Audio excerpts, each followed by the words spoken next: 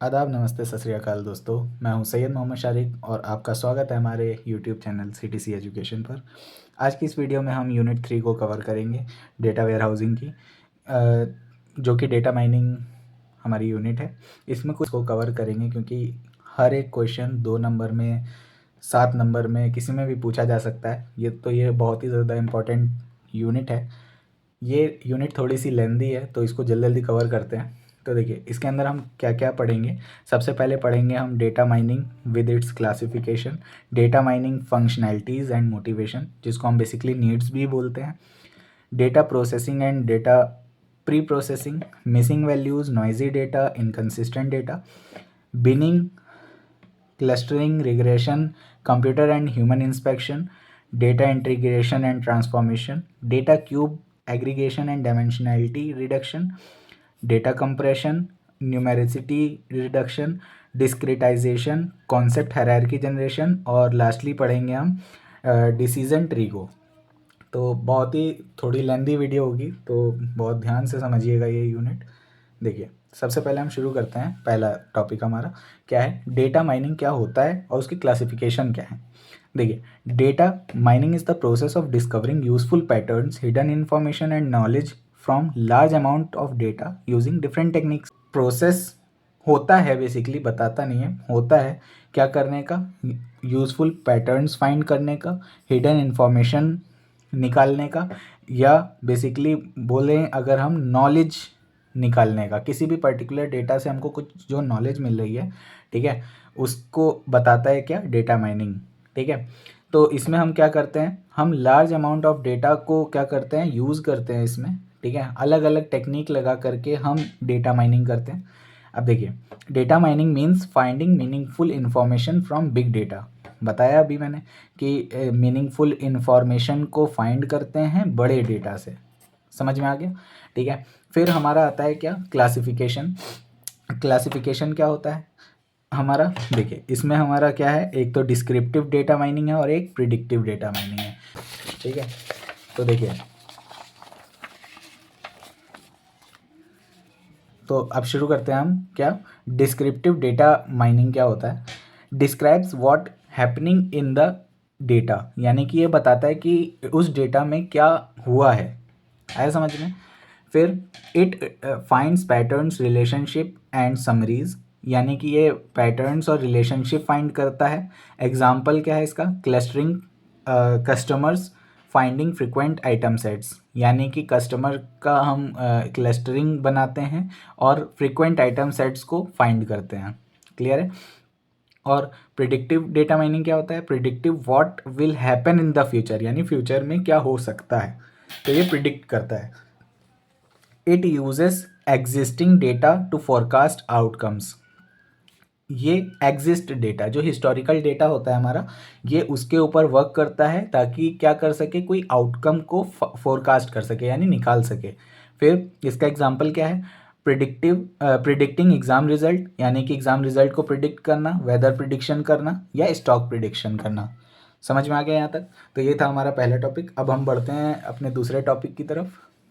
तो दूसरे टॉपिक में क्या बताया गया है, देखिए, data mining functionalities and motivation, यानी नीड, क्या फंक्शनैलिटीज़ हैं और मोटिवेशन क्या है इसका।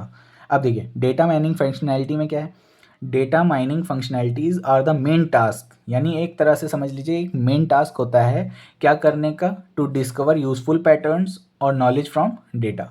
समझ में आ गया? तो देखिए, इसका सबसे पहला हमारा होता है क्या, क्लासिफिकेशन। क्लासिफिकेशन क्या करता है, assigning data into pre defined classes और कैटेगरीज बेस्ड ऑन एट्रीब्यूट्स, यानी कि हम क्या करते हैं, अपने डेटा को असाइन करते हैं, अपने डेटा को क्या करते हैं, असाइन करते हैं, कहाँ पर, प्री डिफाइंड क्लासेस में और कैटेगरीज में, उसी को हम क्लासिफिकेशन कहते हैं। क्लियर है? जैसे स्पैम, नॉट स्पैम, पास है, फेल है। आ रही बात समझ में? यानी कि कोई पर्टिकुलर चीज़ को हम असाइन करते नहीं है कि क्या नाम है, ये पर्टिकुलर बंदा पास हुआ है, फेल हुआ है, तो हम उसको बता रहे हैं, क्लासीफाई कर रहे हैं बेसिकली। ठीक है, अब देखिए, फिर क्लस्टरिंग आता है, grouping similar data objects into clusters without pre defined labels, यानी कि हम क्या करते हैं, सिमिलर डेटा को हम क्या कर देते हैं, ग्रुप कर देते हैं। जो हमारा सिमिलर डेटा होता है उसको हम ग्रुप कर देते हैं, उसी को हम क्लस्टरिंग कहते हैं बेसिकली। ठीक है, अभी आगे क्लस्टरिंग का पूरा एक टॉपिक है तो उसको मैं बताऊंगा। और मैंने यूनिट 1 में भी क्लस्टरिंग का पूरा टॉपिक को बिल्कुल अच्छे से डीप में बताया है, तो अभी तक वो वीडियो नहीं देखी है तो आप वहाँ जा कर के पहले क्लस्टरिंग समझ सकते हैं। अब देखिए फिर क्या है, एसोसिएशन रूल माइनिंग। इसमें क्या होता है, discovering relationship between items in a data set, यानी कि आइटम्स का क्या करता है, रिलेशनशिप फाइंड करता है। आया समझ में, डेटा सेट के अंदर। एग्जाम्पल क्या है, if a customer buy bread they also buy butter, यानी कि अगर एक कस्टमर है वो ब्रेड अगर खरीद रहा है तो वो बटर भी खरीदेगा। समझ में आ गया, ठीक है। फिर प्रिडिक्शन क्या होती है, प्रिडिक्शन फोरकास्टिंग फ्यूचर और unknown values based on historical data, यानी कि फ्यूचर को बताती है। प्रिडिक्शन क्या, फ्यूचर में क्या हो सकता है वो बताना अपने हिस्टोरिकल डेटा का यूज़ करके। आया समझ में, जैसे सेल प्रिडिक्शन की हमारी पिछले साल कितनी सेल हुई थी, क्या नाम है, हमारी इस इतने साल में इतनी सेल्स हुई है तो आगे आने वाले फ्यूचर में कितनी सेल होगी, तो उससे एक प्रिडिक्ट करते हैं। फिर वेदर फोरकास्ट कि अभी पिछले 3 दिन से बारिश हो रही है तो आगे भी हो सकती है कि बारिश हो, तो वो प्रिडिक्ट करते हैं। ठीक है, फिर आता है हमारा एनॉमली डिटेक्शन। एनॉमली मतलब क्या, आइडेंटिफाई अनयूजुअल और abnormal data that does not follow normal patterns, यानी कि हम अनयूजुअल और एबनॉर्मल डेटा को क्या करते हैं, आइडेंटिफाई करते हैं, जो कि एक नॉर्मल पैटर्न्स में नहीं चल रहे होते हैं। आया समझ में, जैसे फ्रॉड डिटेक्शन, हम फ्रॉड डिटेक्शन में इसकी हेल्प लेते हैं। ठीक है, समराइजेशन। समराइजेशन मतलब providing a compact and meaningful description of a data set, हमारा एक कॉम्पैक्ट और मीनिंगफुल डिस्क्रिप्शन देता है उस डेटा सेट के बारे में। आया समझ में, यानी कि एक तरह से समझ लीजिए जनरेटिंग रिपोर्ट्स को जनरेट करना और डेटा एब्स्ट्रैक्शन करना, यानी क्लास बनाना उसका। तो मतलब एक समराइज करके एक पर्टिकुलर उसमें ले करके आ जाना, कोई पर्टिकुलर डेटा सेट में जो भी डेटा गिवन होगा उसको समराइज कर देना, बस इतना। ये होती है इसकी फंक्शनैलिटी। क्लियर हो गया यहाँ तक। अब बढ़ते हैं हम आगे। इसका दूसरा पार्ट क्या था हमारा, मोटिवेशन। तो मोटिवेशन क्या होता है, बेसिकली नीड होती है हमारी, है ना, डेटा माइनिंग की। तो the motivation of data mining is to extract useful knowledge from large amount of data. मतलब ये मोटिवेशन क्या होता है, ये मोटिवेशन हेल्प करता है एक्सट्रैक्ट करने के लिए, मतलब डेटा को एक्सट्रैक्ट करने के लिए, ताकि वो क्या दे सके, एक अच्छा नॉलेज दे सके, अच्छे डिसीजन लेने के लिए एक नॉलेज दे सके बेसिकली। क्लियर है। तो क्या होता है, सबसे पहले एक्सप्लोजन ऑफ डेटा, यानी क्या, huge data is generated daily from businesses, social media, sensors and internet. Data mining helps to analyse it effectively, यानी क्या करते हैं, बहुत ज़्यादा डेटा जो है वो हमारा सोशल मीडिया से, बिजनेसेस से, सेंसर्स से क्या हो रहा है, जनरेट हो रहा है। तो डेटा माइनिंग क्या करती है, उस पूरे के पूरे ह्यूज डेटा को एनालाइज करने में हेल्प करती है। ठीक है, फिर क्या, नॉलेज डिस्कवरी। नॉलेज डिस्कवरी क्या, normal database store data but can not find hidden patterns. जो नॉर्मल डेटाबेसेस होते हैं वो डेटा तो स्टोर कर लेते हैं लेकिन उसके अंदर का कोई पैटर्न नहीं फाइंड कर पाते हैं। तो डेटा माइनिंग उन पैटर्न्स को फाइंड करता है। तो ये हो गया हमारा नॉलेज डिस्कवरी। फिर बेटर डिसीजन मेकिंग में हेल्प करता है, ये helps organisation make quick and accurate decisions, यानी कि हमारा क्या करता है, ऑर्गेनाइज करने में, उस डेटा को ऑर्गेनाइज करने में, क्विक और एक्यूरेट डिसीजन लेने में ये हेल्प करता है। और predict future trends, can forecast customer behaviour, risk and market trends. ये क्या करता है, कस्टमर का बिहेवियर कैसा है उस पर्टिकुलर आइटम के प्रति, तो वो बताता है। रिस्क बताता है कि आगे क्या रिस्क हो सकते हैं हमारे, आगे समझ में। और मार्केट ट्रेंड बताता है। फिर क्या आता है हमारा, बिजनेस एंड साइंटिफिक बेनिफिट्स। ये क्या करता है, बिजनेस और साइंटिफिक पर्पस में क्या बेनिफिट आ रहा है वो बताता है ये। ठीक है, यूजफुल इन मार्केटिंग, मार्केटिंग में इसका यूज़ बहुत है। फ्रॉड डिटेक्शन में, मेडिकल डायग्नोसिस में, और बायो इन्फॉर्मेटिक्स में, और वेदर में इसका बहुत ज़्यादा यूज़ है बेसिकली। क्लियर है। फिर लास्टली आता है हमारा क्या, ऑटोमेशन। ऑटोमेशन मतलब reduces human efforts bye automatically analysing large data set, यानी कि ह्यूमन एफर्ट्स को क्या कर देता है, ऑटोमेटिकली कम कर देता है, ताकि लार्ज डेटा सेट पे क्या कर सके, वो एनालाइज ईजिली कर सके। मतलब एक तरह से बोला गया कि ह्यूमन एफर्ट, आदमी इतना ज़्यादा उस पर्टिकुलर डेटा सेट पे इतनी मेहनत करता है उस वो पैटर्न फाइंड करने में, तो ये जो डेटा माइनिंग होता है उसको बस ईजी बना देता है, ऑटोमेटिक सारा काम होता रहता है, उनके अंदर से पैटर्न्स को ऑटोमेटिक फाइंड करता रहता है। क्लियर हो गया यहाँ तक। ये तो हो गया हमारा सेकंड वाला टॉपिक। अब बढ़ते हैं हम अपने नेक्स्ट टॉपिक की तरफ, जो कि है हमारा data processing and pre processing. देखिए, इसका आप प्रोसेसिंग और प्री प्रोसेसिंग में थोड़ा आप लोग कंफ्यूज होते हो कि आप प्रोसेसिंग में प्री प्रोसेसिंग के जो स्टेप्स होते हैं वो लिखाते हो, और प्री प्रोसेसिंग के प्रोसेसिंग में लिखाते हो। तो पहले हम यही समझते हैं कि प्रोसेसिंग और प्री प्रोसेसिंग मतलब क्या होता है। देखिए, डेटा प्रोसेसिंग क्या, the overall process to convert raw data into useful information. एक ओवरऑल प्रोसेस होता है ये, ठीक है, क्या करने का, रॉ डेटा को यूजफुल इंफॉर्मेशन में कन्वर्ट करने का प्रोसेसिंग है ये, ठीक है। और प्री प्रोसेसिंग मतलब क्लीनिंग एंड प्रिपेयरिंग डेटा, यानी कि हम क्या करते हैं, उस पर्टिकुलर डेटा को क्लीन करते हैं, प्रिपेयर करते हैं, ताकि वो डेटा माइनिंग में क्या कर सके, आगे हेल्प कर सके। आया समझ में, बस यही डिफरेंस है, समझ लीजिए, ठीक है। तो ये रॉ डेटा को यूजफुल इंफॉर्मेशन में कन्वर्ट करता है डेटा प्रोसेसिंग, और डेटा प्री प्रोसेसिंग क्या करता है, प्रोसेस होने से पहले जो भी काम करते हैं हम, क्लीनिंग और प्रिपेयर करने का डेटा को, वो हमारा प्री प्रोसेसिंग में आता है। अब देखिए, इसमें बहुत ही सिंपल स्टेप्स हैं, तो ये सिंपल स्टेप्स देखते हैं क्या है, ठीक है। तो देखिए, data collection, collect raw data, raw data collect करते हैं हम, जैसे स्टूडेंट का डेटा हो गया, स्टूडेंट मार्क्स हो गया, सेल्स हो गया। फिर हमारा क्या आता है, data storage, store the collected data in a database, यानी कि जो डेटा है उसको हम क्या करते हैं, स्टोर करते हैं। डेटा ऑर्गेनाइजेशन मतलब अरेंज डेटा इन टेबल्स और कैटेगरीज फॉर इजी यूज़, हम डेटा को अरेंज कर देते हैं टेबल्स में और कैटेगरीज में। डेटा एनालिसिस, फिर उस डेटा पे क्या करते हैं हम, एनालाइज करके उस डेटा को स्टडी करके बेसिकली, है ना, एक यूज़फुल इंफॉर्मेशन निकालते हैं। फिर डेटा प्रेजेंटेशन, प्रेजेंटेशन क्या, present processed information in reports, charts और समरीज, यानी कि हम जो हमारा डेटा था वो जो प्रोसेस्ड हो चुका है उसको हम क्या करते हैं, ग्राफ्स में, रिपोर्ट्स में, चार्ट्स में, इसमें हम रिप्रेजेंट करते हैं, प्रेजेंट करते हैं बेसिकली। क्लियर हो गया यहाँ तक। तो ये था हमारा डेटा प्रोसेसिंग। अब आता है हमारा क्या, डेटा प्री प्रोसेसिंग के स्टेप्स। ये क्या होते हैं, डेटा क्लीनिंग, डेटा क्लीनिंग में हम क्या करते हैं, नॉइज़ को रिमूव करते हैं, एरर्स को रिमूव करते हैं, और हैंडल मिसिंग वैल्यूज़, कोई भी मिसिंग वैल्यूज़ होंगी हम उनको क्या करते हैं, हैंडल करते हैं, खुद एनालाइज करके डेटा को उसको फिल कर देते हैं। फिर डेटा इंटीग्रेशन मतलब, डेटा इंटीग्रेशन मतलब क्या, combine data from multiple sources into a single data set, हम मल्टीपल सोर्सेज के जो भी डेटा होता है उसको हम क्या कर देते हैं, कंबाइन कर देते हैं।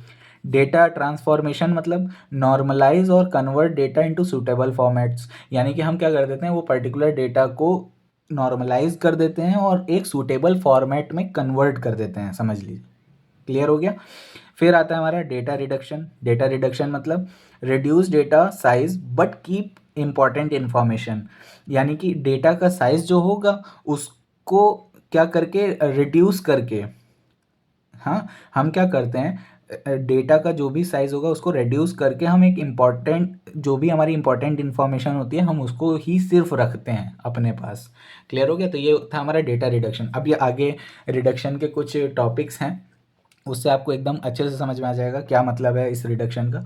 फिर data discretization, convert continuous data into intervals और कैटेगरीज, एक कॉन्टिन्यूस डेटा जो होता है उसको हम क्या कर देते हैं, कैटेगरी में कन्वर्ट कर देते हैं, ठीक है।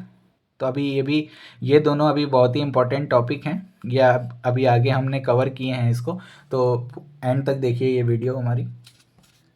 अब बढ़ते हैं हम अपने, यहाँ पर हमने कुछ मतलब डायग्राम दे रखा है प्रोसेसिंग का और प्री प्रोसेसिंग का। तो ये डायग्राम आप इजली अपने एग्ज़ाम्स में बना सकते हैं, तो देख लीजिएगा। वही प्रोसेस हैं जो अभी मैंने पीछे बताए, वही हैं, बस एक सीक्वेंस में बना दिए हैं, ठीक है। फिर अब बढ़ते हैं हम अपने नेक्स्ट टॉपिक की तरफ, जो कि है हमारा मिसिंग वैल्यूज़, नॉइज़ी डेटा और इनकंसिस्टेंट डेटा क्या होता है। बहुत ही इंपॉर्टेंट है, हमेशा आदमी इसी में ही कंफ्यूज होता है कि what is missing value, what is noisy data और इनकंसिस्टेंट डेटा क्या होता है। सुनने में तो सारे एक जैसे लगते हैं, लेकिन ये होते अलग अलग हैं। इसमें डिफरेंस बस समझिएगा कि क्या डिफरेंस आ रहा है, ठीक है। तो देखिए, डेफिनेशन क्या है इसकी मिसिंग वैल्यूज़ की। Data that is not recorded और unavailable in the data set. या तो वो रिकॉर्ड ही ना हुआ हो, वो डेटा रिकॉर्ड ही ना हुआ हो, या अनअवेलेबल हो उस डेटा सेट के अंदर, तो ये होता है हमारा मिसिंग वैल्यूज़। जैसे एग्जांपल देख लीजिए, in a student marks table, मतलब एक स्टूडेंट मार्क्स टेबल है, some students marks are left blank. कुछ कुछ स्टूडेंट्स के मार्क्स उसमें चढ़ाए ही ना गए हों। आया समझ में? तो ये है हमारा मिसिंग वैल्यूज़। अब देखते हैं हम इसकी प्रॉब्लम क्या है। Some information is missing which can affect analysis, यानी कि जो इन्फॉर्मेशन है अगर हमारी मिसिंग होगी तो वो हमारे एनालिसिस पे इफेक्ट डालेगी, अफेक्ट करेगी। तो हम क्या करते हैं, इसका सॉल्यूशन क्या है। Fill missing values with mean, median और मोड। हम अंदाज़ा लगा करके कि उसका मीन क्या हो सकता है, उसका मीडियन क्या हो सकता है, उसका मोड क्या हो सकता है, हम अंदाज़ा लगा करके कुछ एल्गोरिथम लगा करके हम प्रिडिक्ट करते हैं उस पर्टिकुलर जगह पे क्या डेटा हो सकता है। आया समझ में? तो ये था हमारा क्या, मिसिंग वैल्यूज़। फिर आता है हमारा नॉइज़ी डेटा। नॉइज़ी डेटा मतलब क्या, data that is wrong, inconsistent और रैंडम। डेटा जो है या तो वो गलत होगा, या फिर इनकंसिस्टेंट होगा, या फिर रैंडम होगा। कोई भी रैंडम वैल्यूज़ कोई डाल देता है गलती से, तो वो होता है हमारा क्या, नॉइज़ी डेटा। आया समझ में? एग्जाम्पल क्या है, जैसे टाइपिंग एरर, बहुत ही अच्छा एग्जाम्पल है ये, कि टाइपिंग 50 की जगह पर आदमी क्या डाल देता है, 500 डाल देता है। तो ये चीज़ टाइपिंग एरर ही तो है। आया समझ में? अ temperature sensor give wrong reading. एक जो हमारा टेम्परेचर सेंसर होता है वो क्या करे, मतलब रॉन्ग रीडिंग देने लगे, तब ये दिक्कत आती है। फिर उसके बाद में, अब इसकी प्रॉब्लम क्या है बेसिकली समझिए।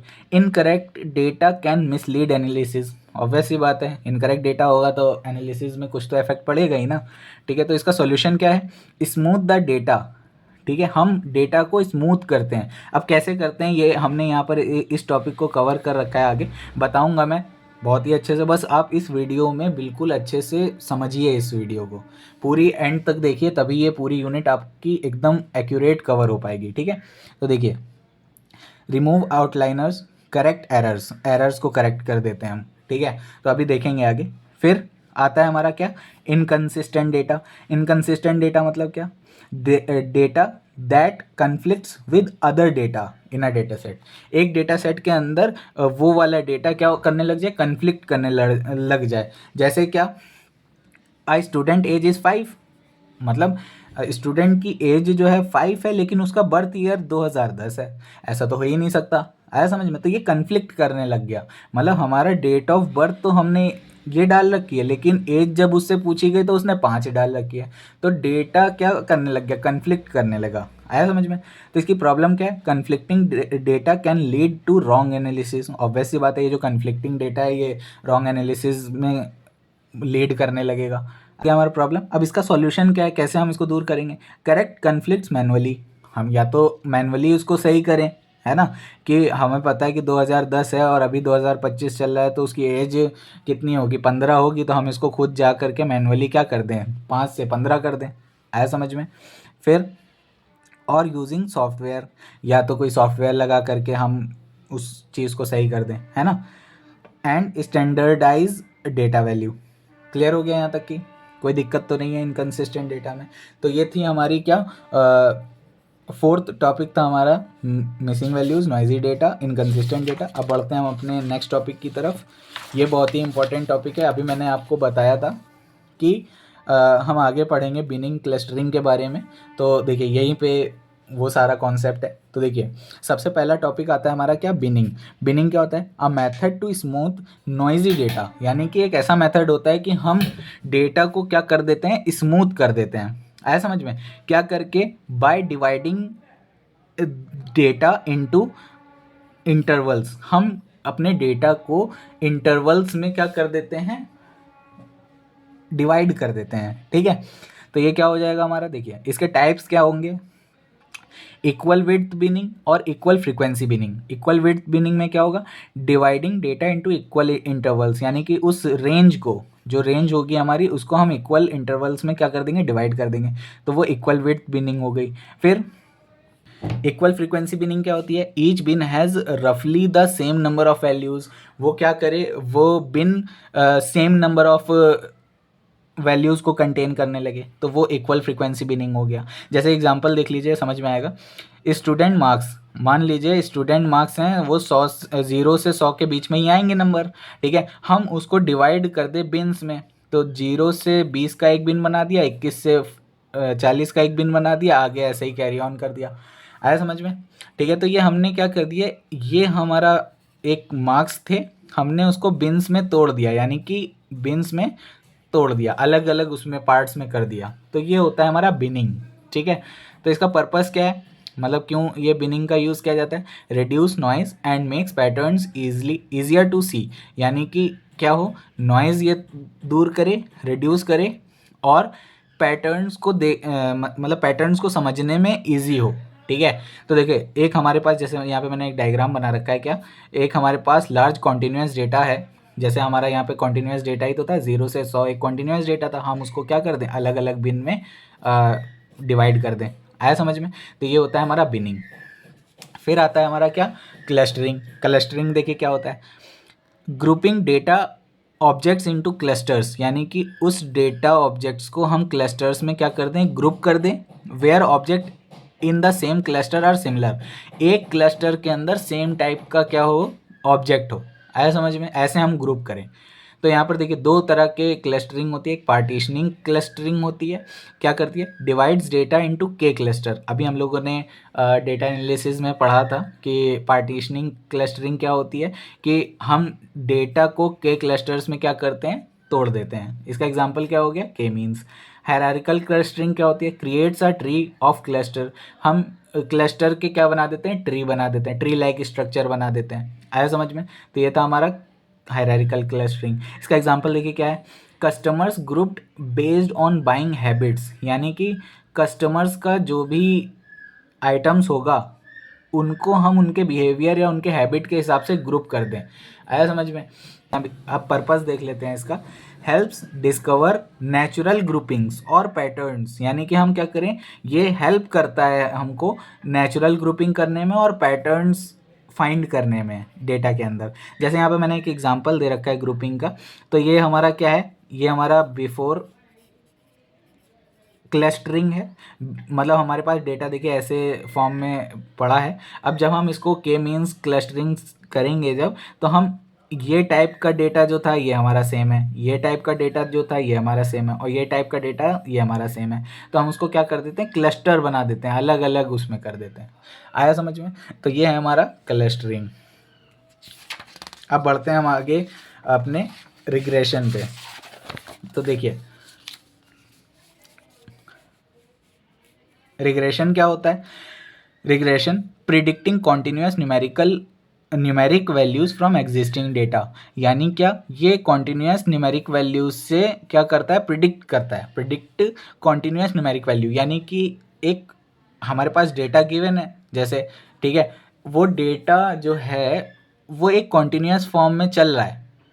ठीक है, जैसे मैं एक एग्जांपल बताता हूँ, जैसे मान लीजिए 2 है, 4 है, 6 है।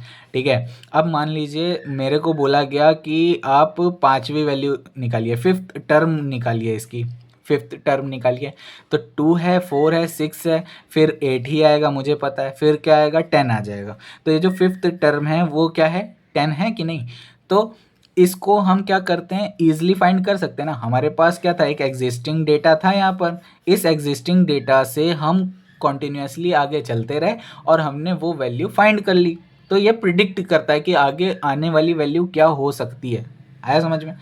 अब देखिए इसके टाइप्स क्या हैं, linear regression, predict values assuming a straight line relationship, यानी कि एक स्ट्रेट लाइन से एक क्या करता है, प्रिडिक्ट करता है कि उसके आसपास आने वाली क्या वैल्यूज़ हो सकती हैं। आया समझ में। मल्टीपल रिग्रेशन क्या करता है, predict value using multiple variables के थ्रू ये क्या करता है, प्रिडिक्ट करता है। ठीक है, फिर इसका एग्जांपल देखते हैं, predicting sales, temperature, student score. आया समझ में। पर्पस क्या हो गया इसका, helps in forecasting and predicting, ये फोरकास्टिंग में हेल्प करता है और क्या करता है, प्रिडिक्शन में हेल्प करता है। तो उसका ये जो डायग्राम दे रखा है देखिए, एक हमारा क्या है, ये डिपेंडेंट वेरिएबल है, ये इंडिपेंडेंट वेरिएबल है। ठीक है, हमारे पास बहुत सारे डेटा पॉइंट्स हमको गिवन है। ठीक है, हमने क्या किया, एक लाइन ऑफ रिग्रेशन खींची यहाँ पर, ये वाली लाइन, इस लाइन को हम क्या बोलते हैं, लाइन ऑफ रिग्रेशन। तो इस लाइन पे जितने आसपास आने वाले डेटा होंगे, ये समझ लीजिए एकदम एग्जैक्ट प्रिडिक्ट कर रहे होंगे कि हाँ आगे आने वाला जो भी डेटा होगा वो क्या हो सकता है। आया समझ में। तो ये हो गया हमारा क्या, रिग्रेशन। अब बढ़ते हैं हम अपने नेक्स्ट पार्ट की तरफ इसमें। तो देखिए, कंप्यूटर एंड ह्यूमन इंस्पेक्शन, आप खुद ही समझ रहे होंगे इस टॉपिक से कि कुछ चीज़ इंस्पेक्ट कर रहे हैं हम by the help of computer and by the help of human inspection. तो देखिए क्या हो गया यहाँ पर, समझिए, checking the data quality manually और यूजिंग सॉफ्टवेयर, हम मैनुअली क्वालिटी को चेक करें या सॉफ्टवेयर के थ्रू हेल्प, मतलब सॉफ्टवेयर के थ्रू क्या करें, क्वालिटी को चेक करें। ठीक है, तो इसमें टाइप्स क्या आ गया, एक तो कंप्यूटर इंस्पेक्शन और एक आ गया हमारा human inspection. Computer inspection software को यूज़ करेगा आउटलाइनर्स, इनकन्सिस्टेंसीज और मिसिंग वैल्यूज़ को फाइंड करने के लिए, और जो ह्यूमन इंस्पेक्शन होगा वो मैनुअल रीडिंग होगी, मैनुअल रिव्यू लेगा। आया समझ में, क्या वो फाइंड कर सके, एरर और एनोमलीज को फाइंड कर सके। ताकि एग्जाम्पल क्या हो गया इसका, देखिए, humans check spreadsheets for mistakes, software finds duplicate records. तो ये क्या हो गया, देखिए ह्यूमंस क्या करता है, स्प्रेडशीट को जब चेक करता है, मतलब ह्यूमंस स्प्रेडशीट को चेक करता है मिस्टेक्स के लिए कि क्या उसके अंदर मिस्टेक हो सकती है, और सॉफ्टवेयर क्या करता है, उस पर्टिकुलर चीज़ में से डुप्लीकेट रिकॉर्ड फाइंड करने में हेल्प करता है। इसका पर्पस देखिए क्या हो गया, ensures data is accurate and reliable before analysis, यानी कि इंश्योर करता है कि हमारा जो डेटा है वो एक्यूरेट है, रिलायबल है कि नहीं एनालिसिस करने से पहले। ठीक है, तो देखिए यहाँ पर मैंने एक डायग्राम दे रखा है। ठीक है, इसमें एक ह्यूमन की आइज़ हैं और एक सेंसरी डिवाइस है जो कि कोई भी पर्टिकुलर चीज़ को देख करके क्या करता है, सेंस करता है। तो देखिए ह्यूमन की आई भी सेंसरी ऑर्गेन होता है। तो ये क्या है, जैसे यहाँ पे मान लीजिए फल रखे हैं, तो ये फल को देखता है और देखने के बाद में इसके ह्यूमन के ब्रेन में कुछ रिस्पॉन्स जाता है। ठीक है, वो इस पर्टिकुलर चीज़ को देख करके बताता है कि हाँ एक पर्टिकुलर बॉल है, उसके अंदर बनाना रखा है, उसके अंदर लेमन्स रखे हैं। आया समझ में। तो ये हो गया हमारा क्या, मैनुअल इंस्पेक्शन कर रहा है ये। आया समझ में। और यहाँ पर क्या है, देखिए यही हमारा क्या है, फ्रूट्स रखे हैं, लेकिन इस बार कौन देख रहा है, हमारा सेंसरी डिवाइस देख रहा है या कैमरा देख रहा है। आया समझ में। तो इसके थ्रू क्या होता है, एक हमारे पास इंटरप्रेटिंग डिवाइस होता है या हमारा कंप्यूटर होता है नॉर्मली, वो उसको चेक करके देखता है कि हाँ ये पर्टिकुलर चीज़ क्या है, एक बाउल है, एक बनाना है, एक एप्पल है। आया समझ में, क्लियर हो गया यहाँ तक की। तो ये है हमारा क्या, कंप्यूटर एंड ह्यूमन इंस्पेक्शन। ये वीडियो थोड़ी सी लेंदी होगी क्योंकि मैंने सारे टॉपिक्स को बहुत ही डीप में और अच्छे से बता रखा है ताकि आप एग्ज़ाम्स में बिल्कुल अच्छे से लिख पाओ। ये ना हो कि क्या नाम है, हमारा ये टॉपिक छूट गया था और ये छूट गया था टॉपिक, ऐसा ना हो। ठीक है, तो मैंने पूरा अच्छे से बताया है। देखिए फिर आता है हमारा क्या, डेटा इंटीग्रेशन और ट्रांसफॉर्मेशन। क्या होता है डेटा इंटीग्रेट करना, मतलब क्या, combining data from different sources. मैंने बता रखा है कि डेटा सोर्सेज जो हैं अलग अलग डिफरेंट टाइप्स के हैं, उनको उनके अंदर से जो भी डेटा आता है मैं उसको क्या करूँ, कंबाइन कर दूँ। आया समझ में। अब इसका पर्पस देखते हैं। पर्पस क्या, मेक डेटा कंप्लीट और कंसिस्टेंट, ताकि हम डेटा को कंप्लीट और कंसिस्टेंट बना सकें। ठीक है, इसका एग्जांपल क्या हो गया, combining customer data from sales, websites और मोबाइल ऐप्स। यानी कि हमने कस्टमर का जितना भी डेटा है उसको हमने क्या कर दिया, कंबाइन कर दिया, एक जगह रख दिया। ठीक है, कंबाइन कर दिया, तो वो हमारा मतलब कहाँ कहाँ से कंबाइन किया, सेल्स से, वेबसाइट से और मोबाइल ऐप से। आया समझ में, ये एग्जाम्पल। फिर इसके टाइप्स देख लेते हैं कुछ। एक तो है हमारा क्या, एंटिटी आइडेंटिफिकेशन, एक है हमारा रिडंडेंसी कन्फ्लिक्ट्स और एक है हमारा स्कीमा इंटीग्रेशन। तो एंटिटी आइडेंटिफिकेशन में क्या होता है, देखिए identify same entities across sources, यानी कि सेम चीज़ को समझना, सेम चीज़ या सेम सोर्सेज में से एंटिटीज़ को क्या कर देना, आइडेंटिफाई करना। जैसे रॉबर्ट स्मिथ है, ये कहीं अलग सोर्स से आया होगा और ये कहीं अलग सोर्स से आया होगा, ठीक है, लेकिन उसने फाइंड किया कि हाँ आर स्मिथ जो है वो रॉबर्ट स्मिथ ही है। आया समझ में। फिर आता है हमारा रिडंडेंसी कन्फ्लिक्ट्स, हैंडल डुप्लीकेट और कन्फ्लिक्टिंग वैल्यूज़। ये डुप्लीकेट और कन्फ्लिक्टिंग वैल्यूज़ जो होती हैं उसको हैंडल करता है। स्कीमा इंटीग्रेशन क्या होता है, combine data with different formats, यानी कि डिफरेंट फॉर्मेट्स से डेटा को क्या कर देना, कंबाइन कर देना, ठीक है। तो डेट फॉर्मेट्स हैं, ठीक है, डेट फॉर्मेट्स इसका एग्जांपल है। जैसे मैं एक एग्जांपल देता हूँ, आपने डेट देखा होगा किसी किसी में कैसा होता है, डी डी और एम और ऐसा होता है, ये वाला एक फॉर्मेट होता है, ठीक है, और एक फॉर्मेट ये वाला होता है, ठीक है। तो ऐसे फॉर्मेट्स को क्या कर देना, कंबाइन कर देना। आया समझ में, ठीक है। अब मैंने इसका एक डेटा इंटीग्रेशन का एक एग्जांपल दे रखा है, एक डेटा सोर्स 1 है, एक डेटा सोर्स 2 है, एक डेटा सोर्स 3 है। तो इन सारे डेटा सोर्सेज को क्या कर देना, इंटीग्रेट कर देना, ठीक है, ताकि वो एक यूनिफाइड व्यू दे सके, यानी एक व्यू दे सके, unified.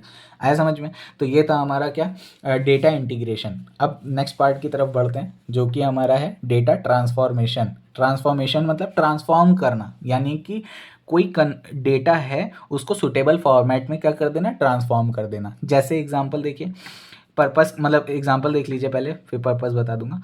Scaling ages 0 to 100 to 0 to 1, यानी कि हमने क्या कर दिया, एजेस थी हमारी 0 to 100, हमको पता है ये चीज़ 0 to 100 है, तो हम इसको इस 0 और 1 ये लिखा है हमने, तो इस 1 को हम मान सकते हैं ना कि हाँ इस 1 का मतलब हो गया 100। जैसे मैं एक एग्जांपल दे रहा हूँ, जैसे मान लीजिए 0 to 100 है।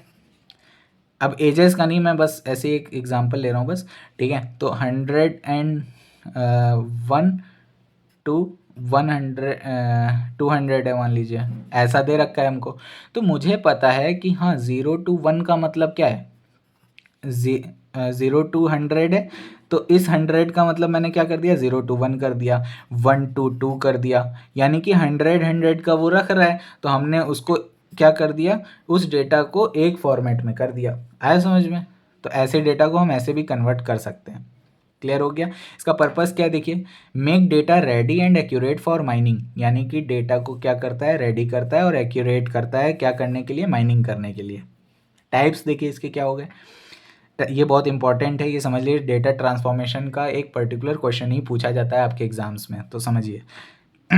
स्मूथिंग मतलब नॉइज़ को रिमूव करना, एग्रीगेशन मतलब डेटा को समराइज करना, फिर नॉर्मलाइजेशन मतलब कन्वर्ट कॉमन स्केल, यानी कि एक स्केल पे कर देना उसको, फिर एट्रीब्यूट कंस्ट्रक्शन मतलब क्रिएट न्यू एट्रीब्यूट्स बना देना, फिर डिस्क्रिटाइजेशन मतलब कॉन्टीन्यूअस को इंटरवल में ब्रेक कर देना। आया समझ में। जैसे एजेस गिवन है हमारी, उनको हम बताने लगे यंग है, एडल्ट है या ओल्ड है। जैसे एग्जांपल ले लीजिए, 0 to 100 है मान लीजिए, एक कॉन्टीन्यूअस डेटा दे रखा था हमको, तो हमने क्या बता दिया, इसको हमने डिस्क्रीट इंटरवल्स में कर लिया कि 0 से 20 जो हैं वो 0 से 20 जो हैं वो यंग हैं। एक एग्जांपल दे रहा हूँ, 0 तो कोई होगा नहीं। फिर एडल्ट जो हैं वो मान लीजिए 20 से 40 वाले एडल्ट्स हो गए।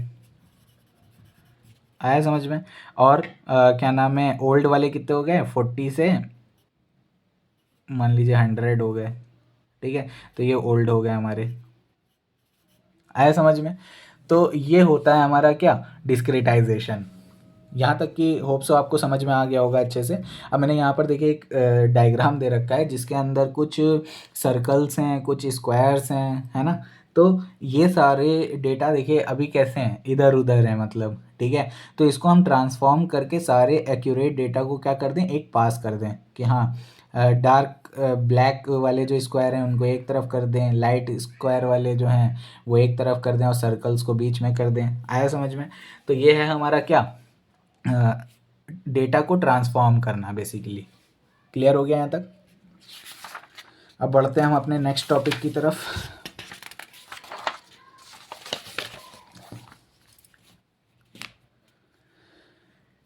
Data cube aggregation and dimensionality reduction. Data cube aggregation मतलब क्या होता है समझिएगा। एग्रीगेट करना, अभी मैंने आपको इससे पहले ही बता दिया है। अब उसी डेटा को क्यूब के थ्रू एग्रीगेट करना, तो data cube aggregation. Summarising detailed data into a higher level, यानी कि हम क्या करें, जो डिटेल्ड डेटा है उसको समराइज कर दें। यानी कि अभी आप बताता हूँ, जैसे मान लीजिए डेली है, उसको मंथली में कर दीजिए, मंथली को ईयर में कर दीजिए। क्लियर हो गया? ठीक है। जैसे डेज़, बहुत सारे डेज़ दे रखे होंगे, बहुत ज़्यादा डेट्स दे रखी होंगी। हम अगर उस ऐसी डेट्स दे रखी हैं, हम उसको जब मंथ्स में करेंगे तो वो थोड़ी कम होंगी। आया समझ में? फिर जब मंथ्स का हो गया तो जब हम उसे ईयर में करेंगे तो और कम हो जाएगी। तो देखिए पहले डेट्स के अकॉर्डिंग तो डेटा बहुत ज़्यादा हो रहा था, अब हमने उसको समराइज़ करके मंथ में कर दिया, मंथ में से किस में कर दिया, ईयर में कर दिया। आया समझ में यहाँ तक? ये है हमारा क्या, डेटा क्यूब एग्रीगेशन। फिर जैसे सेल्स बाय डे है, मतलब ये दे रखा है हमारा कि कोई सेल है, वो बाय डे दे रखी है, फिर हम उसको क्या कर दें, बाय मंथ कर दें और फिर बाय ईयर कर दें, सेल्स बाय ईयर। क्लियर है? यही वाला कॉन्सेप्ट लगाया है यहाँ पर। तो अब देखिए, अब हमारे इसमें ऑपरेशंस क्या क्या होते हैं। एक रोल अप होता है, ड्रिल डाउन होता है, स्लाइस होता है, डाइस होता है और पाइवेट होता है। ठीक है। तो देखिए मैं इसको यहाँ पर मैंने एक डायग्राम के थ्रू बता रखा है। ये डायग्राम्स देख लीजिए तो आपको सारे समझ में आ जाएंगे। तो सबसे पहला क्या है हमारा, roll up, go from detail to summary. आया समझ में? रोल अप मतलब डिटेल्ड हमको दे रखा था, डिटेल में से हम क्या कर दें, एक समराइज कर दें, उसको कम कर दें। तो यहाँ पर देखिए हमारे पास एक ओरिजिनल डेटा हमारा ये दे रखा है। ओरिजिनल डेटा इस क्यूब में था, अब हमने उसको क्या कर दिया, रोल अप कर दिया, यानी कि कम कर दिया। देखिए यहाँ पर आया समझ में? फिर ड्रिल डाउन मतलब कोई समरी को डिटेल्ड में कर देना, यानी कम डेटा को और ज़्यादा डिटेल में कर देना। तो देखिए यहाँ पर है ना, जैसे ईयर था, ईयर को मंथ में करके मंथ को डे में कर दीजिए। तो यहाँ पर देखिए ये उसका हो गया। फिर उसके बाद में स्लाइस मतलब क्या होता है, select one value of a dimension, कोई एक डायमेंशन ही हम उठा लें सिर्फ और सिर्फ। देखिए यहाँ पर जैसे ये एक क्यूब बन रहा था, तो हमने ये वाली जो बीच वाली स्लाइस, इसको स्लाइस कर दिया, सिर्फ हमने इसी डेटा को देखा। आया समझ में? फिर डाइस मतलब क्या होता है, select a range of values, हम क्या करें, सिर्फ और सिर्फ एक रेंज दे दें कि हाँ हमें इस पर्टिकुलर रेंज के बीच में चाहिए। आया समझ में? यहाँ पर आपको ये डायग्राम सही से नहीं दिख रहा होगा, ठीक है, तो मैं एक फ़ोटो अभी यहाँ पर लगा दूंगा ऊपर इस जगह पर। तो ये वाली जो फ़ोटो है, ये है हमारा क्या, डाइस। क्लियर है? हम एक पर्टिकुलर पार्ट को क्या कर लेते हैं, ले लेते हैं इसमें। क्लियर हो गया? फिर पाइवेट मतलब क्या होता है, पाइवेट मतलब change data view, data view को हम चेंज कर दें। जैसे row become column, column become row, यानी कॉलम्स को रो में कन्वर्ट कर दें और कॉलम्स को रो में और रो को कॉलम्स में कर दें। तो ये था हमारा क्या, डेटा क्यूब एग्रीगेशन मतलब। क्लियर हो गया यहाँ तक अच्छे से? बिल्कुल। अब चलते हैं हम नेक्स्ट पार्ट की तरफ चलते हैं। तो क्या है हमारा, dimensionality reduction, reducing the number of attributes columns. Attributes यानी कि एट्रीब्यूट मतलब क्या होता है, कॉलम ही तो होते हैं। वाइल कीपिंग इंपॉर्टेंट इन्फॉर्मेशन, यानी कि हम नंबर ऑफ एट्रीब्यूट्स को क्या कर दें, रिड्यूस कर दें, लेकिन हाँ हमारे पास जो इंपॉर्टेंट इन्फॉर्मेशन है उसको हमें रखना है अपने पास। क्लियर है? जैसे एग्जांपल दे रखा है मैंने, एक्सेस हैं 3, ठीक है, ये 3D एक डायग्राम दे रखा है। तो 3D में देखिए एक बॉक्स दे रखा है, इसके ऊपर की तरफ एक स्लाइस दे रखी है, मतलब ऊपर की तरफ देखिए डार्क पोर्शन है और इसके ऊपर की तरफ डार्क पोर्शन है। तो हमने क्या कर दिया, अब अगर मुझे इसको 2D फिगर में देखना है, मान लीजिए मुझे एक एक्सिस मैंने हटा दी, एक एक्सिस जब मैं हटाऊंगा तो इसके टॉप व्यू से मेरा क्या आएगा, इसको 2D फिगर में, ये देखिए ये 3D में हो गया और ये हमारा किस में हो गया, 2D में हो गया, है ना? क्लियर है? तो इसको हम 2D में जब देखेंगे तो हमारा कुछ ऐसा दिखेगा ऊपर से। आया समझ में? अब हम अगर ये हम वाई एक्स से जब देख रहे थे तो हमें ऐसा दिख रहा था, अब मान लीजिए हम वाई जेड से देखने लग जाएंगे, तो वाई जेड यानी कि हम इस कोई पर्टिकुलर चीज़ ऐसे रखी है, हम उसको ऐसे कर दें, यानी घुमा दें ऐसे, तो ये हमारा वाई जेड एक्सिस में हमारा ऐसे दिखने लगेगा। आया समझ में? तो हम डायमेंशंस को रिड्यूस कर रहे हैं, कोई पर्टिकुलर डायमेंशन को उठा करके रिड्यूस कर दे रहे हैं, तो हमारा व्यू कुछ ऐसा दिखने लगता है। आया समझ में? यहाँ तक कोई दिक्कत तो नहीं? ठीक है। तो ये हो गया हमारा डायमेंशनैलिटी रिडक्शन। क्लियर है? अब बढ़ते हैं हम अपने नेक्स्ट टॉपिक की तरफ। थोड़ा सा लेंदी है टॉपिक ये, कोई बात नहीं है, मतलब अच्छे से समझ में आना चाहिए बस। ठीक है। अब देखिए, अब है हमारा क्या, डेटा कंप्रेशन क्या होता है। डेटा कंप्रेशन बहुत ही इंपॉर्टेंट टॉपिक है ये। Data compression is the process of reducing the size of data. हम डेटा के साइज को क्या कर देते हैं, रिड्यूस कर देते हैं। आया समझ में। So it takes less storage और स्पेस, ताकि वो क्या कर सके, बहुत ज़्यादा स्टोरेज या स्पेस ज़्यादा ना ले। क्लियर है। And can be transfer faster, तो वो क्या कर सके, फास्टर ट्रांसफ़र कर सके। तो आपको समझ में आ गया होगा। अब एक एग्जांपल ले लीजिए इसका। 100 MB फाइल कंप्रेस्ड, एक 100 MB फाइल दे रखी है, हम उसको कंप्रेस्ड करके 20 MB फाइल बना दें, यानी जिप फाइल, आपने सुना होगा जिप फाइल। ठीक है। तो हम क्या करते हैं, हम पर्टिकुलर बड़े फोल्डर को या बड़ी जो डेटा होता है हमारा, उसको हम कंप्रेस कर देते हैं, हम जिप फाइल में कन्वर्ट कर देते हैं, ताकि वो क्या हो जाए, उसका साइज़ हो जाए छोटा, ताकि हम उसको ईज़िली क्या कर सकें, अपने दूसरे उसमें ट्रांसफ़र कर सकें, और बहुत ही जल्दी ट्रांसफ़र भी हो जाता है। और फिर हम उसको बाद में क्या कर सकते हैं, अनजिप करके वो पूरा का पूरा डेटा जितनी मेमोरी ले रहा था वो वापस उतनी लेने लगेगा। आया समझ में। तो ये था हमारा डेटा कंप्रेशन। ये नीड, मतलब इसकी नीड क्या है, सेव्स स्टोरेज स्पेस, ये स्टोरेज स्पेस को सेव करता है। Speeds up data transfer, data transfer में स्पीड बढ़ा देता है।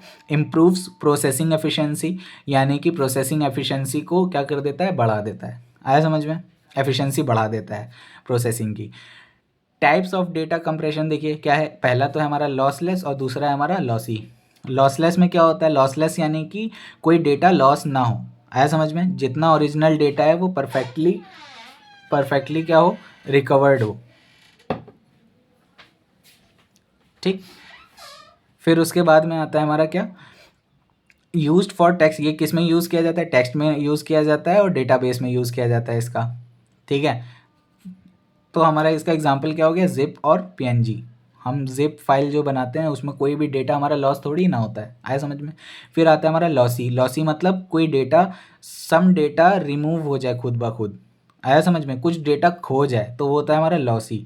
Original data can not be fully recovered, पूरी तरह से हमारा रिकवर्ड ना हो पाए डेटा।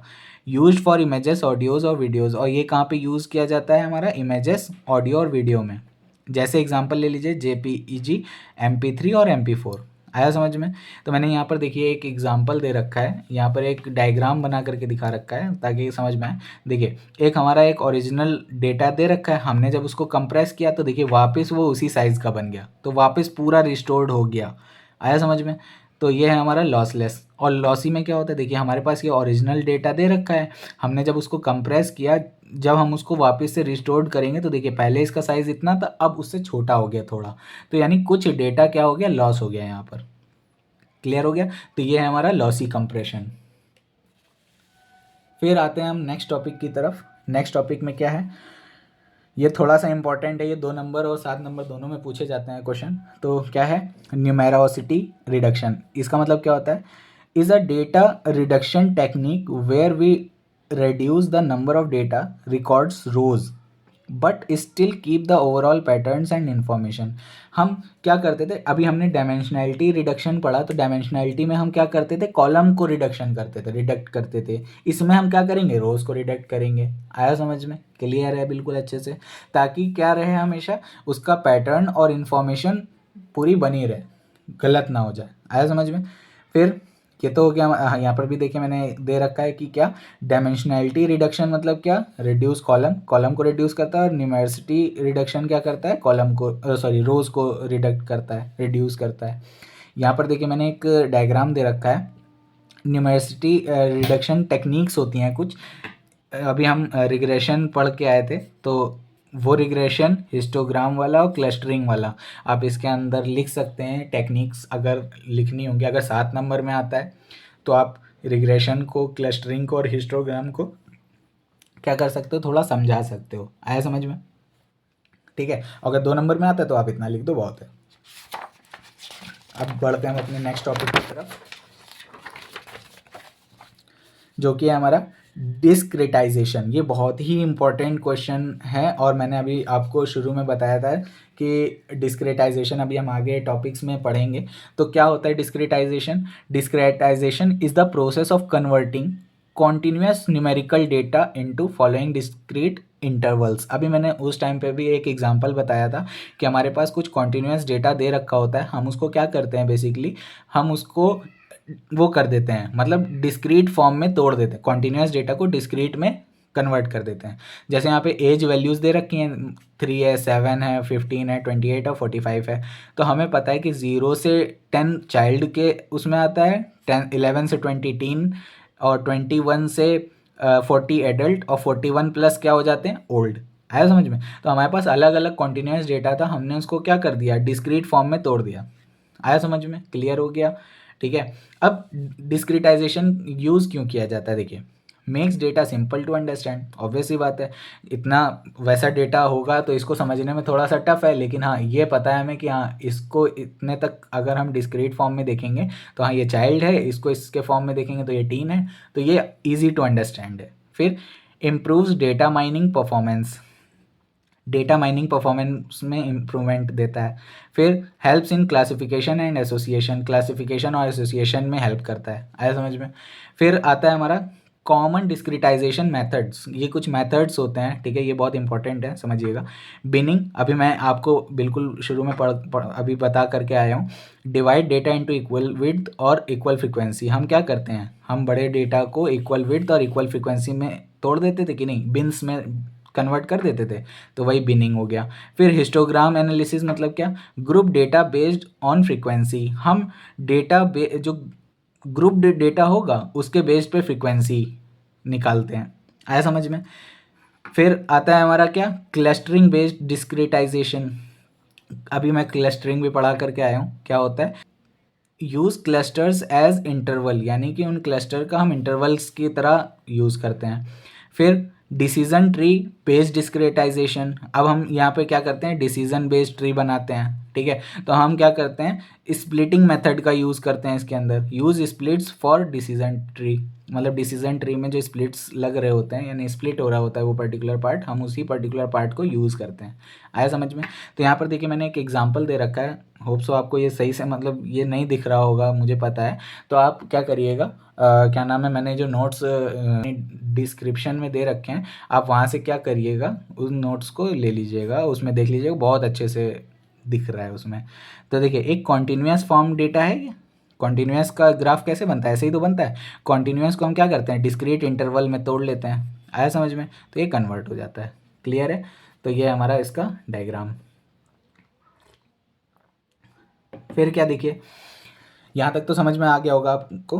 अब बढ़ते हैं हम अपने नेक्स्ट टॉपिक की तरफ, कॉन्सेप्ट हायरार्की जनरेशन। ये भी बहुत इंपॉर्टेंट टॉपिक है।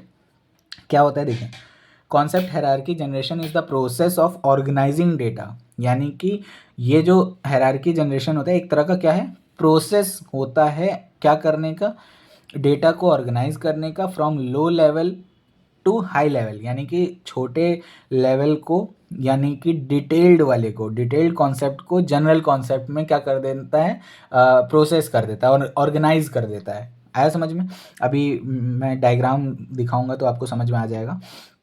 फिर देखिए, it shows data at different levels of abstraction, यानी कि अलग अलग क्लासेस में, एब्स्ट्रैक्शन मतलब यहाँ पे क्लासेस, अलग अलग क्लासेस पे क्या करता है, डेटा को दिखाता है कि इस लेवल पे क्या है वो क्लास, इस लेवल पे क्या है। आया समझ में?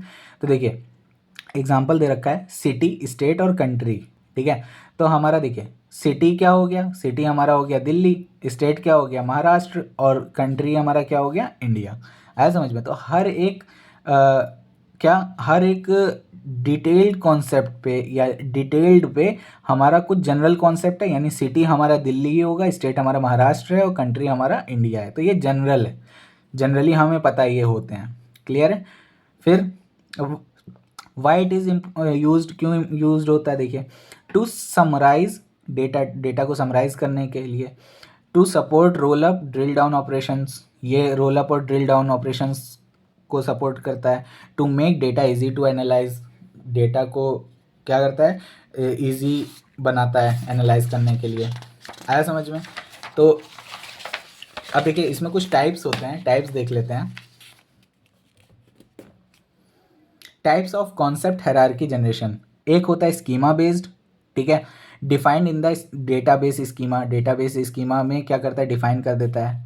अभी ठीक है, तो डे मंथ ईयर में कर दिया इसको। फिर set grouping base set grouping based group values into higher concepts, यानी कि एक पूरा का पूरे ग्रुप को एक बड़े उसमें कॉन्सेप्ट में कर दे। यानी दिल्ली मुंबई चेन्नई था, तो दिल्ली मुंबई और चेन्नई क्या एक बड़ी सिटीज़ हैं, तो हमने उसको क्या कर दिया, डायरेक्ट एक बना दिया, आया समझ, ग्रुप कर दिया। ऑपरेशन बेस्ड, ये क्या करता है, यूजिंग फंक्शंस, कोई फंक्शंस यूज़ करता है ये, जैसे कोई एज दे रखा है तो उसको उस एज को क्या कर दे, एज ग्रुप्स में हम तोड़ दें, आया समझ में। फिर रूल बेस्ड होता है, रूल बेस्ड या मैनुअल कह सकते हैं। User defines the hierarchy, user खुद डिफाइन करता है उस हायरार्की को, ठीक है। तो यहाँ पर देखिए मैंने एक एग्जांपल दे रखा है, ठीक है। यहाँ पे आपको नहीं दिख रहा होगा, ये बहुत डार्क आ रहा है, तो मैं यहाँ पे बना देता हूँ। जैसे ऑल है, ऑल यानी सब कुछ है, उस सब कुछ में से हमने क्या किया, अफ्रीका और नॉर्थ अमेरिका, ये हमारी कंट्री हो गई, ठीक है। अफ्रीका और नॉर्थ अमेरिका कंट्री हो गई। फिर उसके अंदर कुछ स्टेट होंगी, इजिप्ट हो गया जैसे, और इसमें यूनाइटेड स्टेट हो गया, यूएस, ठीक है। तो ये स्टेट्स हो गई उसकी, आया समझ में। फिर उसके अंदर कुछ क्या नाम है,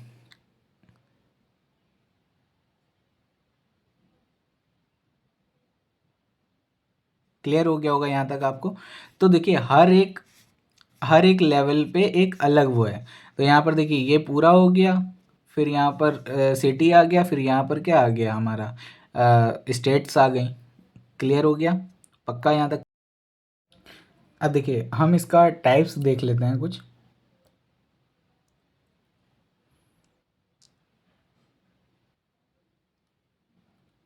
ठीक है।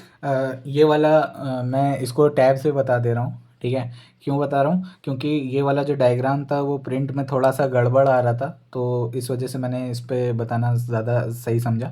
तो देखिए इसमें कुछ टाइप्स हैं। एक तो स्कीमा बेस्ड है। स्कीमा बेस्ड क्या करता है, ये डिफाइन करता है डेटाबेस स्कीमा को, ठीक है। जैसे हमारा क्या हो गया, मंथ हो गया, डे हो गया, मंथ हो गया, ईयर हो गया। अब क्या उसके बाद में सेट ग्रुपिंग बेस्ड, ये क्या करता है बेसिकली, एक पर्टिकुलर सेट दे रखा था हमको यहाँ पर देखिए, तो इस सेट को क्या कर देना है, एक बड़ी सिटी में तोड़ दिया इसको, या बड़ी सिटी में कर दिया। तो grouping values into higher concept, group कर देना उन वैल्यूज को एक हायर कॉन्सेप्ट में। फिर आता है हमारा फिर आता है हमारा क्या, एक ऑपरेशन बेस्ड आता है। तो ऑपरेशन बेस्ड में क्या होता है, यूज फंक्शंस, ये फंक्शंस को यूज़ करता है। जैसे कोई एज दे रखी है हमको, तो हम उसको क्या कर दें, एज ग्रुप्स में कन्वर्ट कर दें, आया समझ में। फिर आता है हमारा रूल बेस्ड और मैनुअल। ये क्या करता है, ये जो यूज़र होता है वो अपनी हायरार्की को खुद ही क्या करता है, डिफाइन करता है, ठीक है। आपको यहाँ पर दिख रहा होगा ये, ठीक है। जैसे ये ऑल है, ऑल क्या है हमारा, ये जनरल है, ठीक है। फिर इस ऑल में देखिए दो जगह पे इसको, मतलब एक हायरार्की यहाँ पे हम बना रहे हैं, तो इस हायरार्की में पहले ऑल है, ये रूट ऑल दे रखा है, और फिर उसके बाद में यहाँ पर दो सब रूट्स में गए हैं या ट्री फॉर्म कर रहे हैं। तो देखिए इस वाले नोड पे क्या है, इस वाले नोड पे रीजन है, ठीक है। ये रीजन अफ्रीका हो गया, ये रीजन हमारा नॉर्थ अमेरिका हो गया। फिर उसके बाद में ये और फर्दर क्लासीफाई हुआ क्या, कंट्रीज़ में, इजिप्ट कंट्री हो गई और यूनाइटेड स्टेट कंट्री हो गई। फिर ये पर्टिकुलर कंट्री सिटी में वो हो गई, फर्दर क्लासीफाई हुई क्या, अलेक्जेंड्रिया और लॉस एंजलिस, ठीक है। फिर ये अलेक्जेंड्रिया, उसके अंडर क्या आ रहा है, ऑफिस आ रहा है, ऑफिस 2। और लॉस एंजलिस में क्या है, लॉस एंजलिस में क्या है हमारा, ऑफिस 3 है। आया समझ में, क्लियर हो गया होगा यहाँ तक अच्छे से, ठीक है। तो ये था हमारा क्या, types of concept hierarchy generation. अब लास्ट टॉपिक है हमारा क्या, लास्ट टॉपिक है हमारा डिसीजन ट्री। डिसीजन ट्री क्या होता है देखिए, a decision tree is a tree like model used for classification और प्रिडिक्शन। एक डिसीजन ट्री क्या होता है, एक ट्री लाइक मॉडल होता है जो क्या हेल्प करता है, क्लासिफिकेशन और प्रिडिक्शन में हेल्प करता है। इट रिप्रेजेंट डिसीजंस, ये डिसीजंस को रिप्रेजेंट करता है, एंड देयर पॉसिबल आउटकम्स, और उसके आने वाले आउटकम्स को क्या करता है, ये रिप्रेजेंट करता है in the form of branches और लीव्स। ये केस उसमें ब्रांचेस में और लीव्स में उसको रिप्रेजेंट करता है। इसका स्ट्रक्चर देखिए क्या होता है, सबसे पहला तो रूट नोड होता है जो फर्स्ट डिसीजन पॉइंट होता है। फिर इंटरनल नोड होता है जो कि कंडीशन और टेस्ट ऑन एट्रीब्यूट्स होता है। फिर ब्रांचेस होती हैं, आउटकम्स ऑन दी टेस्ट, क्या टेस्ट से आउटकम आ रहे हैं। फिर लीफ नोड होता है, फाइनल डिसीजन क्या है, हाँ और ना है। आया समझ में? ठीक है। तो यहाँ पर देखिए मैंने एक एग्जांपल, एक डायग्राम बना करके दिखा रखा है कि एक ड्राइविंग लाइसेंस का हमें क्या बनाना है, डिसीजन ट्री बनाना है। ठीक है, हम उसमें क्या कर रहे हैं, एक रूट नोड दे रखा है हमको। ठीक है, तो ये फर्स्ट डिसीजन पॉइंट है ये कि एज आपकी क्या है। आया समझ में? वो एज जैसे मान लीजिए अगर आपकी ग्रेटर देन और इक्वल्स टू 18 हुई तब तो आप एलिजिबल हो, और अगर आप नहीं हो, मतलब 18 से कम है आपकी एज, तो आप नॉट एलिजिबल हो। तो आया समझ में? तो ये रूट नोड हो गया, उसके अंदर इंटरनल नोड को चेक किया, ब्रांचेस या लीफ नोड पे आपका फाइनल डिसीजन, आप एलिजिबल हो कि नहीं हो, ये आ गया। आया समझ में? तो ये बेसिकली हमारा क्या है, डिसीजन ट्री है। तो हमारा जो भी ये वाली यूनिट थी ये हमारी कंप्लीट हो चुकी है। ठीक है, ये सारे टॉपिक्स हम लोगों ने कवर कर लिए हैं। तो अभी तक अगर आपने हमारा चैनल को सब्सक्राइब नहीं किया है तो प्लीज़ सब्सक्राइब में आवर चैनल, क्योंकि बहुत ज़्यादा सारे नोट्स वगैरह बनाने में बहुत ज़्यादा टाइम लग रहा है मुझे, मेरे खुद के एग्ज़ाम्स हैं, as I am in third year also. तो प्लीज़ प्लीज़ सब लोग सब्सक्राइब करिए, लाइक करिए मेरी वीडियोज़ को। मैं बहुत ज़्यादा मेहनत कर रहा हूँ। Thank you so much.